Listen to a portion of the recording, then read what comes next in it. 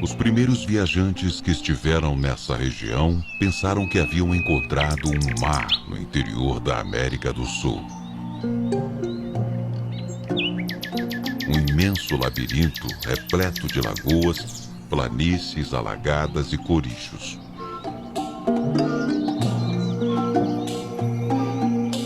Tão plano que a água quase para de correr. Tão baixo que recebe tudo o que surge à sua volta. E tão grande que parece não ter fim. Aqui, tudo está em movimento. Às vezes lento, às vezes rápido.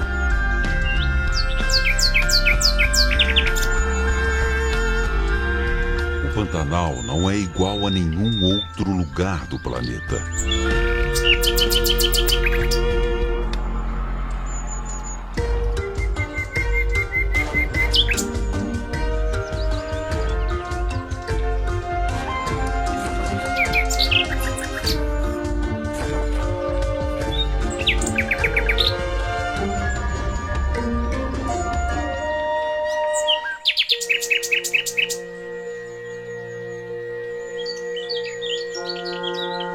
Perto da fronteira do Brasil com a Bolívia, na confluência dos rios Cuiabá e Paraguai, encontramos uma região onde o regime das águas dita as regras.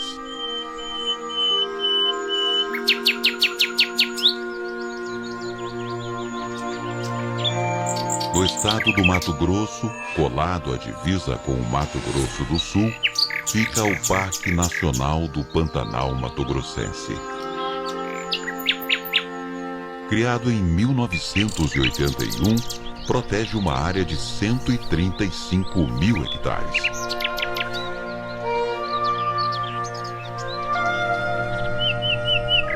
Nós realizamos 2 expedições na unidade. A primeira, no início da estação chuvosa. A segunda, em pleno período da seca.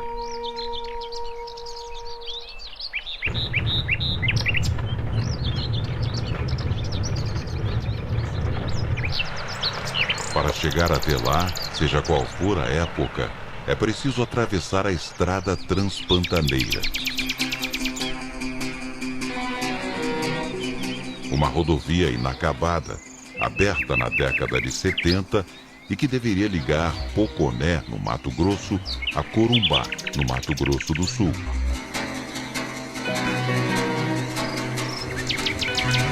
Cortando o Pantanal praticamente em linha reta, observamos diversas espécies de animais.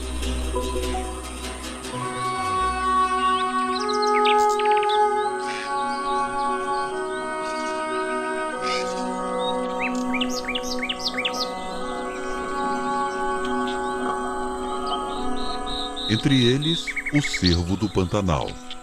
Um dos maiores mamíferos terrestres nativos da América do Sul, pode pesar até 140 quilos. Alvo de caçadores, sofre com a progressiva perda de habitat. Em muitos lugares, já não é mais encontrado. No Pantanal, vive a maior população dessa espécie.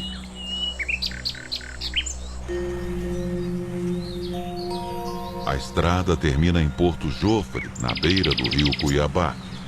De lá descemos o rio, um dos principais afluentes do Paraguai.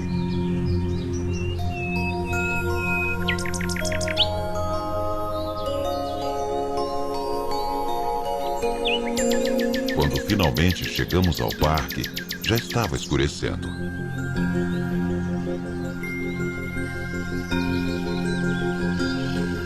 A transição do período seco para o chuvoso, as condições climáticas mudam de repente.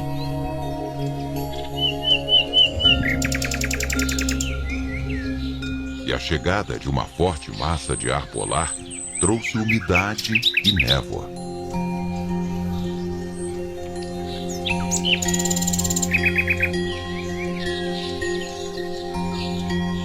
No decorrer da manhã, o vento soprou com mais força e a paisagem foi se revelando aos poucos.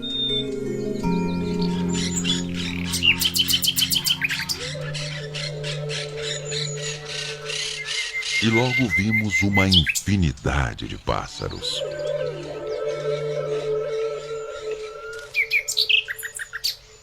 Habitando colônias com vários indivíduos aparentados, as caturritas se comunicam o tempo inteiro.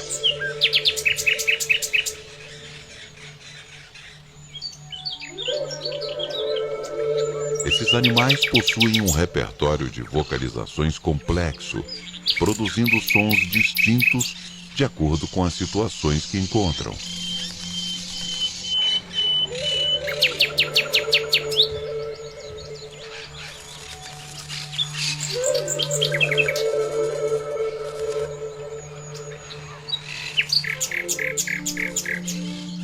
Quase tão barulhentas quanto as caturritas, as japuíras também formam colônias grandes. E são conhecidas por imitar os sons de outros bichos.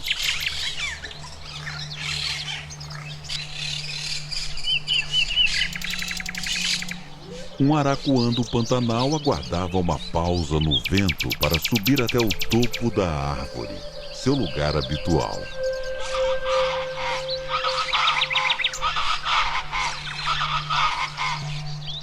Enfrentando a ventania, um suiriri cavaleiro se equilibrava.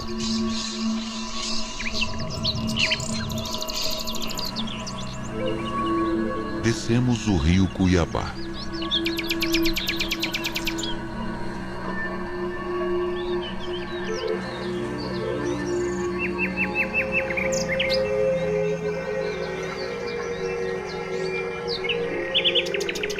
Eis que após uma curva surge a Serra do Amolar. Um conjunto montanhoso impressionante, formado há milhões de anos, antes da existência do Pantanal. Entre a serra e o rio Paraguai ocorrem diferentes tipos de vegetação. Na encosta da montanha, observamos uma floresta que perde quase todas as folhas no auge da seca.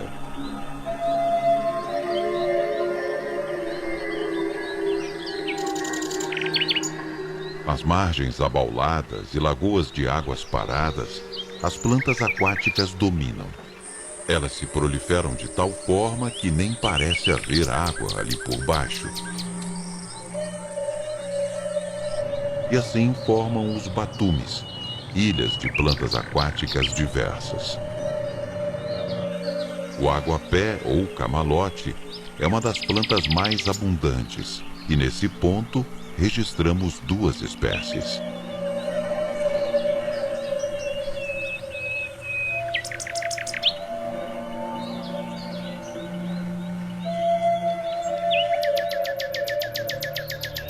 A Serra do Amolar está fora da área do parque, mas é impossível separar os dois lugares. Em 1997 foram criadas duas reservas particulares para proteger a Serra do Amolar. Outra reserva foi estabelecida ao norte, criando um mosaico de unidades que oferece maior proteção ao parque. Na manhã seguinte, no trecho conhecido como Três Bocas, a água fluía bem devagar.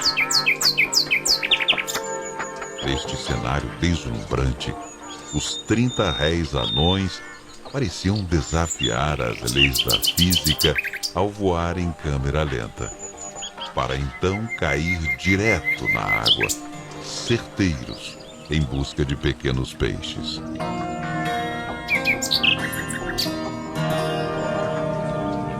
Subimos o Paraguai e chegamos à Baía Gaíva, uma imensa lagoa colada à Serra do Amolar, que marca a fronteira do Brasil com a Bolívia. Ao longe, na margem oposta da baía, vemos o país vizinho, numa região também protegida, chamada Área Natural de Manejo Integrado São Matias.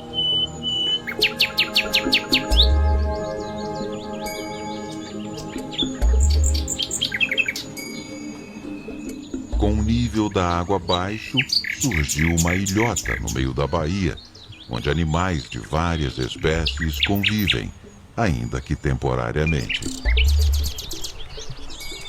Os pernilongos de costas brancas não pareciam se incomodar com a presença de um jacaré. As aves reviravam o solo úmido em busca de alimento.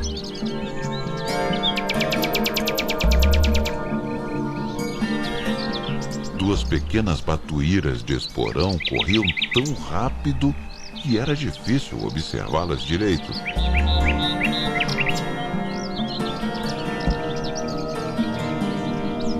Nesse pequeno pedaço de solo arenoso, vários casais de talhamar nidificavam. Formando colônias grandes, aumentam as chances de sobrevivência dos filhotes, que precisam estar prontos para voar quando as águas subirem novamente.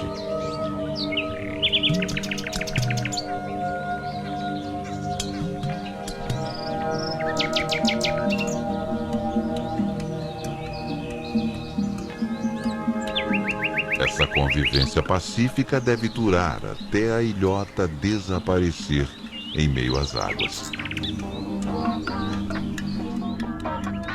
Deste ponto, retornamos, ladeados pela sinalização que orienta os navegantes no rio.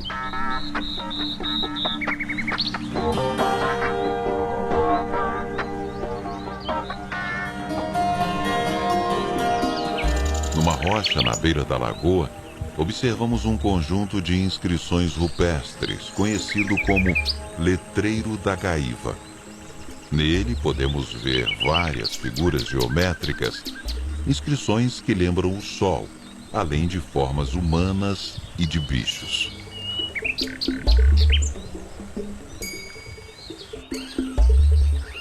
Neste mesmo trecho, perto da linha d'água, vimos também centenas de mexilhões dourados. Invasora, a espécie começou a se espalhar por esta região há cerca de 3 décadas. Hoje é encontrada em toda parte.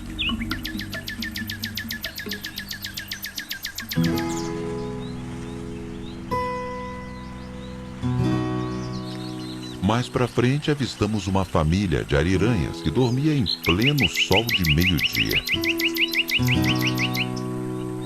Estima-se que exista ainda um bom número desses animais no Pantanal. Caçada no passado por conta de sua pele e muito sensível a mudanças no seu ambiente, a espécie é considerada ameaçada de extinção.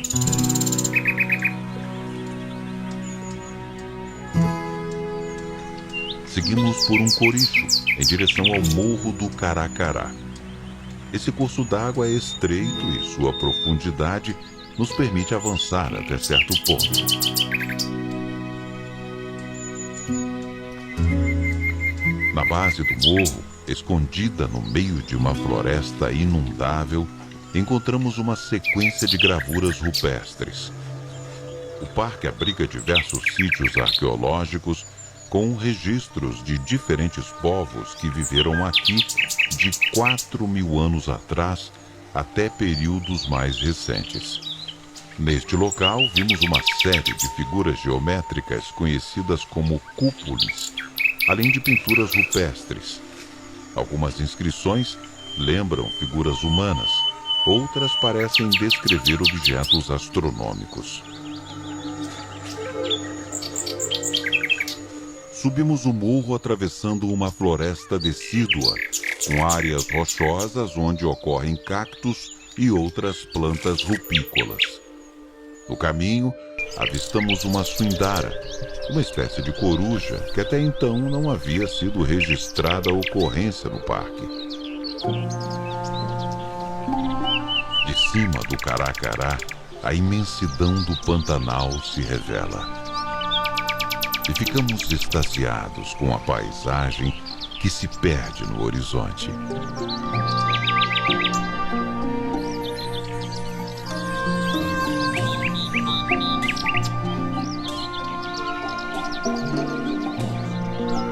Com a ajuda de câmeras especiais, conseguimos observar algumas das espécies de animais que passam por aqui,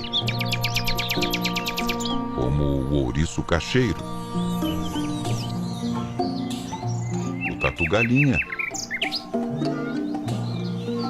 a jaguatirica e o caititu.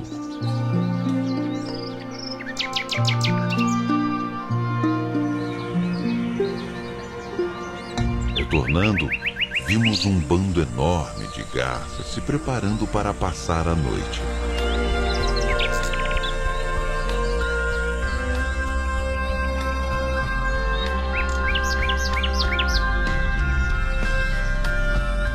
No caminho, nuvens de chuva e o cair da tarde criaram uma imagem inesquecível.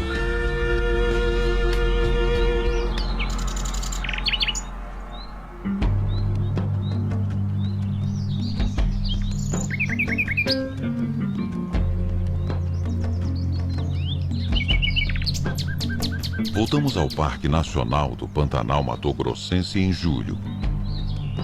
Apesar de ser o período da seca, o nível da água ainda estava alto. No primeiro dia, saímos em direção à Baía do Burro.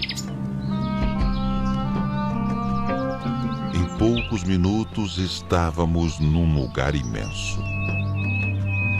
Nem parecia o interior do continente. Uma paisagem espetacular se revelava diante das nossas vistas. E árvores surgiam da superfície da água.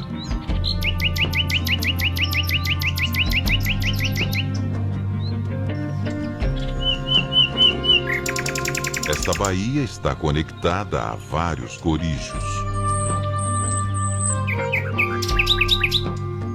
Em volta desses canais, vemos a mata ciliar, que cresce em cima de cordilheiras, pequenas ribanceiras criadas pela deposição de sedimentos.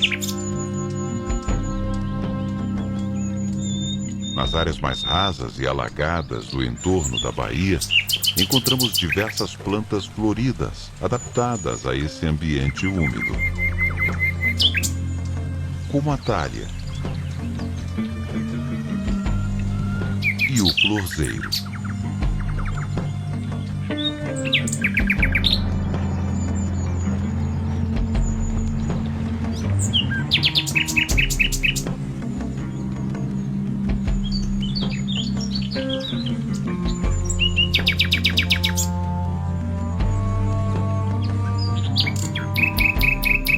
O Pantanal é uma imensa planície alagada com altitudes próximas dos 100 metros. Mas nem sempre foi assim. A região onde hoje é o Pantanal era mais alta do que o entorno. Porém, entre 100 e 66 milhões de anos atrás, tudo mudou. Foi nessa época que a Cordilheira dos Andes começou a se formar. Ao mesmo tempo, o Planalto Central brasileiro também se ergueu. Entre os dois, o Pantanal passou a descer. E a bacia hidrográfica do Alto Paraguai, até então inexistente, surgiu. Nesse momento, teve início um processo erosivo, contínuo, que resultou no surgimento da planície. um fenômeno que continua até os dias de hoje.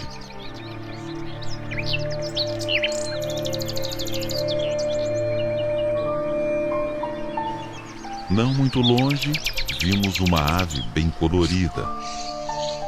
Um João Pinto tentava se esconder em meio à folhagem.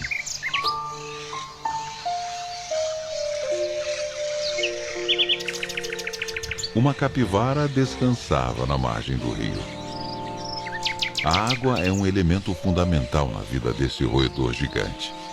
Não só para beber, ela serve para regular a temperatura corporal em dias quentes e como rota de fuga de predadores. Além disso, é da água que vem o seu alimento. Boa parte das plantas consumidas pela espécie nasce na água ou perto dela.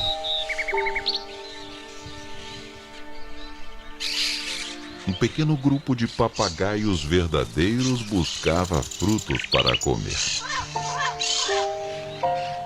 Alvo de traficantes de animais silvestres, a espécie não costuma tolerar a presença humana e logo se afasta. Em nosso trajeto, avistamos diversas outras aves, como o João de Barro.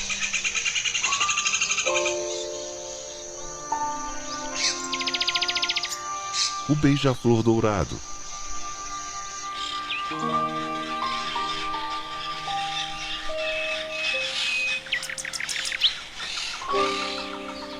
E um baguari.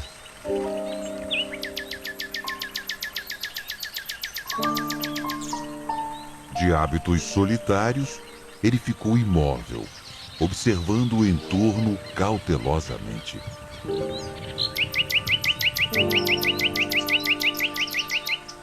No mesmo local, avistamos um grupo de caracarás. Essa ave passa o dia procurando insetos, ovos e animais mortos no solo.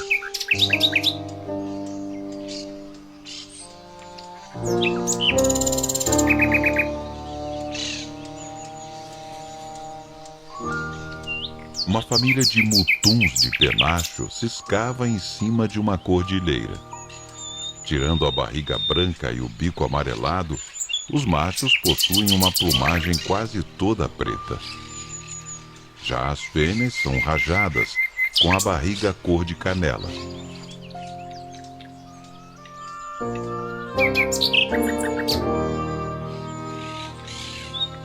Na beira do rio Cuiabá, uma marreca cabocla estava atenta à nossa presença e de possíveis predadores.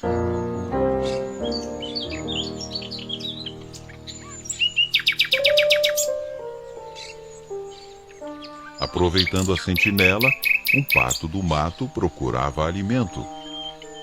Por pouco não foi vítima do ataque de um enorme jacaré.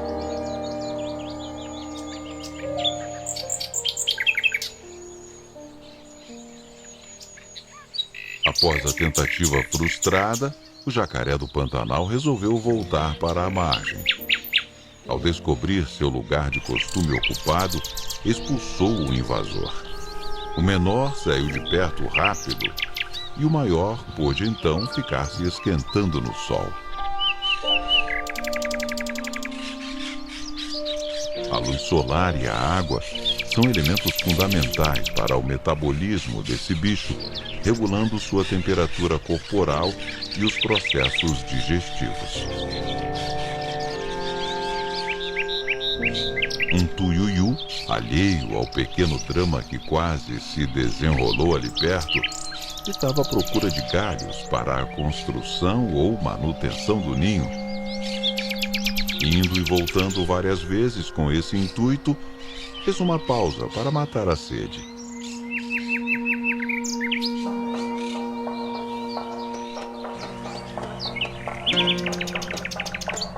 Descemos o rio Cuiabá.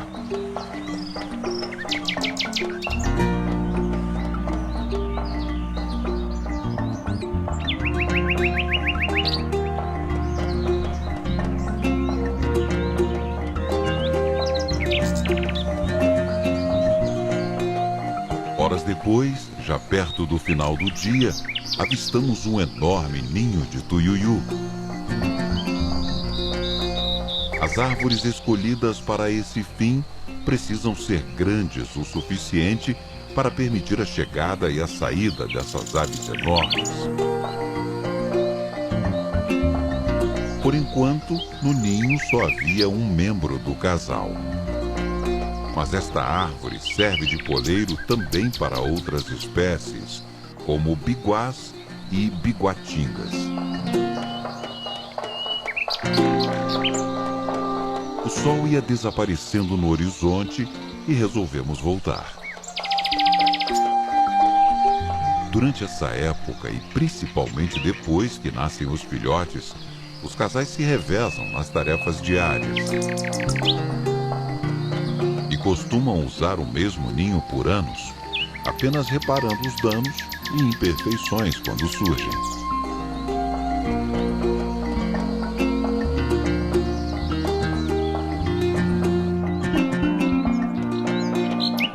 No dia seguinte, a luz suave do início da manhã revelou toda a beleza desse ambiente complexo.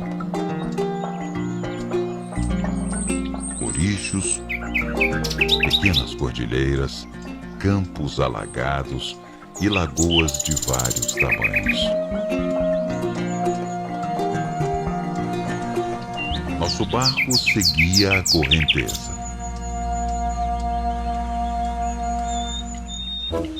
No caminho encontramos uma família de ariranhas. O encontro não foi exatamente amistoso. Uma delas mostrou isso balançando a vegetação com irritação. A família se junta ruidosamente para defender suas tocas e filhotes e afastar os intrusos.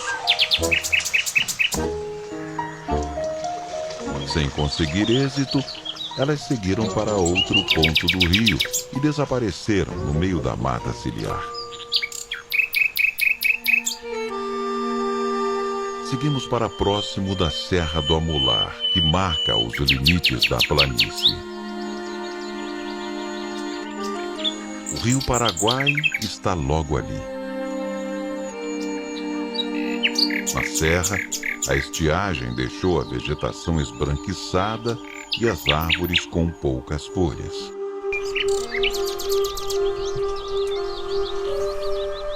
Na volta, vimos um grupo de bugios pretos descansando no alto de árvores frondosas.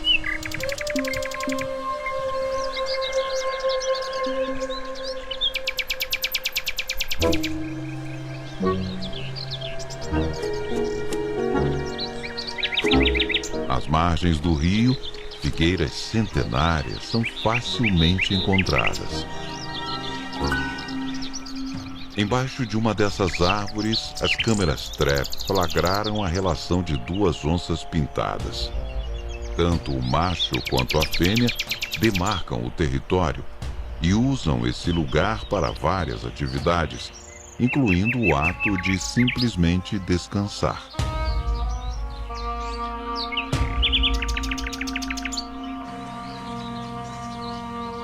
Continuamos a descer o rio. Em meio à vegetação aquática, observamos um japacanim.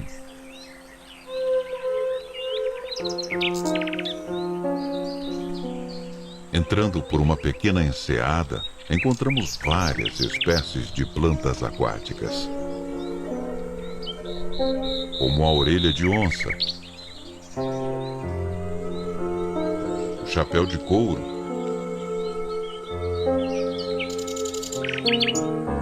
o alface d'água e a exuberante Vitória Régia. Um cafezinho caminhava por essas plantas atrás de insetos e outros pequenos animais.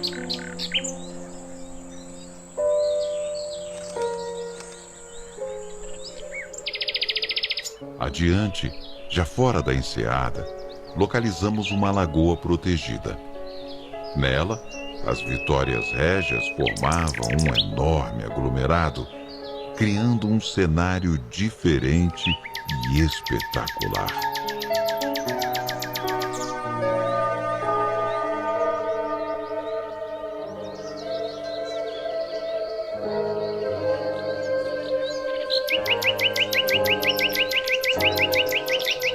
Durante a noite, as onças pintadas rondam as margens dos rios. O esturro delas pode ser ouvido à distância.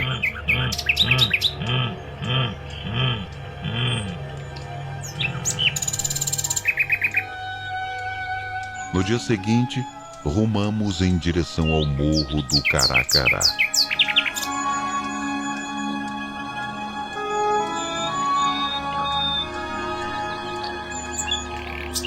Na base, surge uma floresta adaptada aos períodos de cheia, com espécies de características semidecíduas.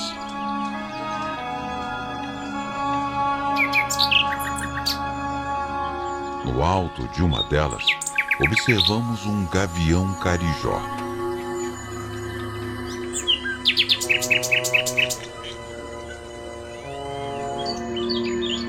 O caracará, nessa época, fica com uma tonalidade esbranquiçada.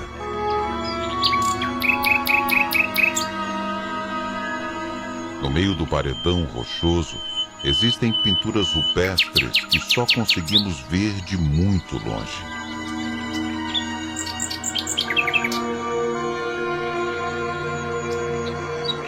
Na época das cheias, o morro serve de refúgio para animais como a onça pintada.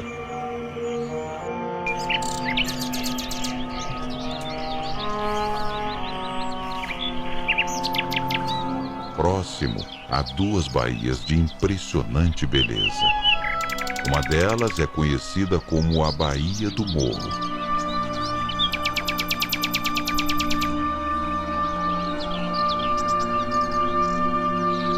À beira de uma dessas lagoas encontramos o arroz selvagem.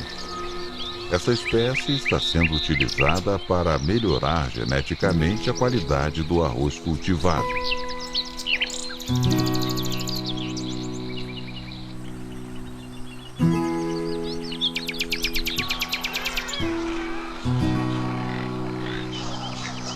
No final da tarde, centenas de garças se reuniram para dormir numa ilha no meio da lagoa.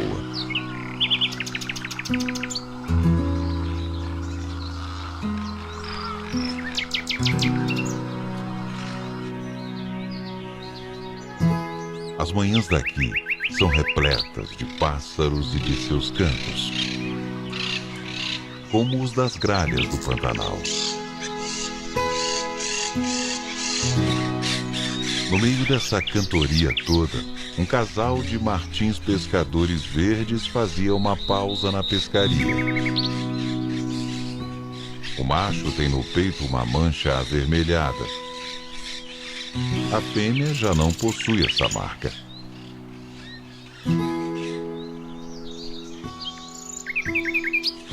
Outro casal, de casacas de couro de crista cinza, vocalizava, enquanto cuidava do ninho.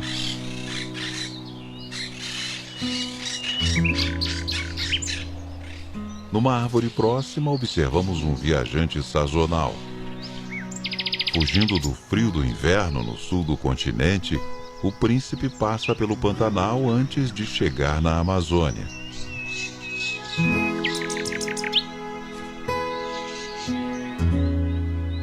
Subimos o rio para ir embora.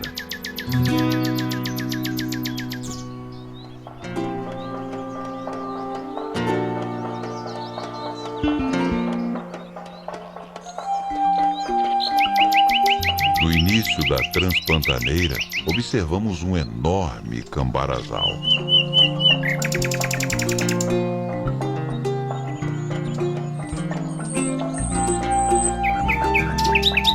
Neste caminho, vimos um carão descansando. Provavelmente depois de coletar caramujos, seu alimento favorito. Observamos também uma curicaca real.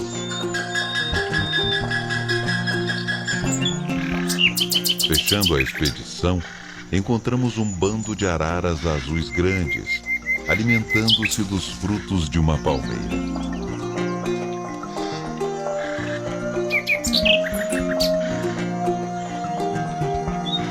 Um animal espetacular e ameaçado.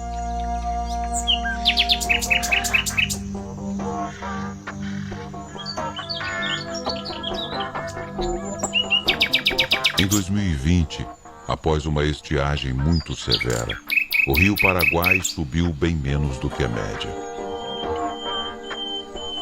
Muitos lugares ficaram sem água, numa época em que o rio ainda deveria estar esvaziando. A seca extrema tornou a vegetação muito inflamável e os incêndios se tornaram incontroláveis.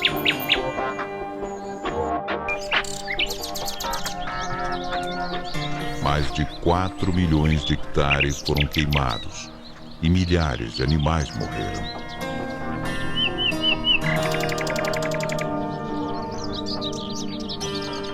O Pantanal é um lugar extraordinário.